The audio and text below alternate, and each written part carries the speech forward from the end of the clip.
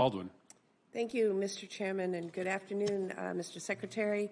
The work that our Customs and Border Protection and Homeland Security do at our southern border is essential to keeping families across the country and in Wisconsin safe. I am eager to discuss how appropriators can continue to support this critical mission. So between 2019 and 2021, opioid overdose deaths in Wisconsin grew by a staggering 97%, in no small part due to synthetic fentanyl. In February, the Senate passed the Fend Off Fentanyl Act, a bipartisan bill that I co-sponsored to help protect our communities from the damaging effects of fentanyl and illicit substances crossing our borders.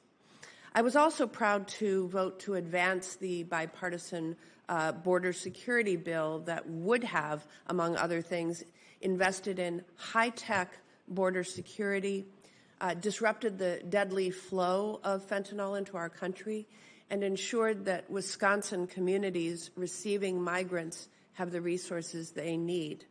And I was sorely disappointed to see partisan politics take hold, and the Senate ultimately did not pass the bipartisan compromise that we so urgently need. Secretary Mayorkas, I know you've gotten another topic or question on this topic before I was able to return from presiding on the floor, but I'd like to give you another opportunity to speak specifically to how this bill that we didn't pass, but that was negotiated over months, would have bolstered your efforts and the resources that you need to secure the border and stem the flow specifically of fentanyl coming into this country. Can you please speak to that? Thank you, Senator. We have interdicted more fentanyl in the past 2 years than in the last prior 5 years combined. We have arrested more individuals.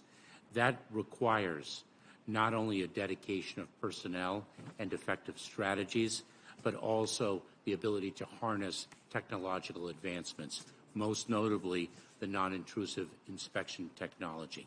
The importance of funding personnel is not only to secure our ports of entry where 90% or more of the fentanyl is smuggled in commercial trucks and passenger vehicles, but also to be able to deploy people in the international arena to plus up our transnational criminal investigative units in different countries in Latin America, to deploy individuals in different parts of the world to work with our allies.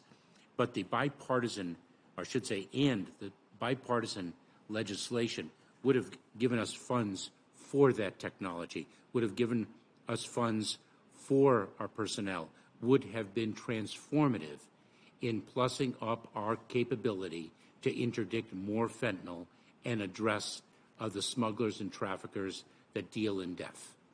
Thank you, Mr. Secretary. I want to switch to a different topic, but that bears on certainly the fentanyl issue. Our current trade policy allows nearly 3 million packages into the United States daily, and almost none are inspected, so long as the shipper claims that the value of the product is less than $800. Our trade policy is being abused.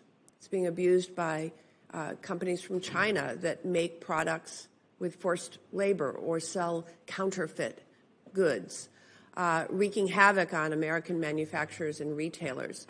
Worse, the loophole is used to ship fentanyl and its precursor chemicals directly into American communities, killing children and tearing families apart.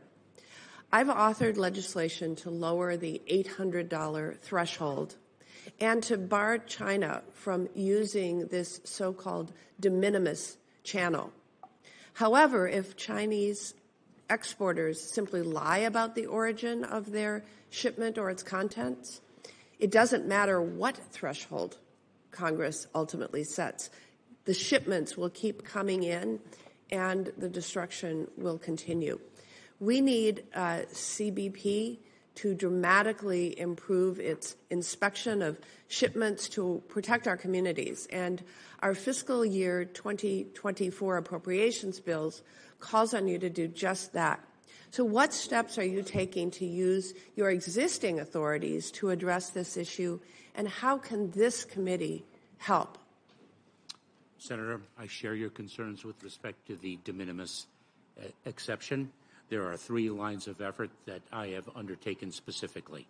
One is, for the first time, engaged with my counterpart from the People's Republic of China about the scourge of fentanyl and the fact that China is a source country for the precursor chemicals and the pill presses and other equipment used to manufacture it. Number one. Number two, I think it was yesterday, it might have been the day before, I spoke with the textile industry and spoke to them about our new enforcement plan that I outlined and announced with respect to the de minimis exception and the law enforcement strategies that we are employing to increase our impact on the reality that drugs and other contraband are making their way through packages valued either accurately or inaccurately at lower than $800 in value.